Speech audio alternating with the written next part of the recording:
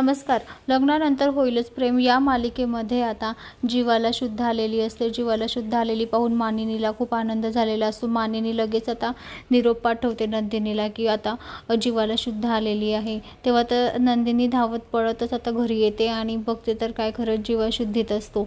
तेव्हा आता मानिनी म्हणते, जा बाळा, खरंच तुझ्या व्रताचे हे परिणाम आहे. तू हे व्रत केलं आणि जीवाला बघ लगेच शुद्ध आली आणि मी तुला जीवापासून लांब केलं, त्याच्यामुळे मला माफ कर. तेव्हा आता नंदिनी म्हणते, आई तुमचं बरोबर होतं, तुम्ही जे केलं ते तुमच्या मुलासाठीच केलं, काही प्रॉब्लेम नाही, जा तू त्याला भेट. तेव्हा आता नंदिनी जीवाला भेटते. तेव्हा आता जीवा म्हणतो की तुम्ही कशा आहात. तेव्हा आता नंदिनी म्हणते, मी बरी आहे. नंदिनी परत म्हणते की जीवा तुम्ही बरे आहेत ना, तुमची तब्येत बरी आहे ना, आम्ही घाबरूनच गेलो होतो, काय झालं होतं त्या दिवशी, काव्यामुळे तुम्ही स्वतःला का त्रास करून घेतला.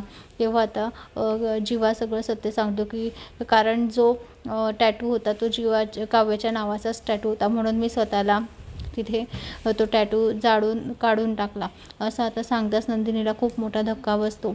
पण आता नंदिनी म्हणते, झालं गेलं ते विसरून जा, आता आपण नव्याने संसार करू, नव्याने सुरुवात करूया. असं म्हणून आता ती जीवाकडे प्रेमाने बघते, त्याचा हातात हात घेते आणि दोघी एकमेकांकडे बघत असतात.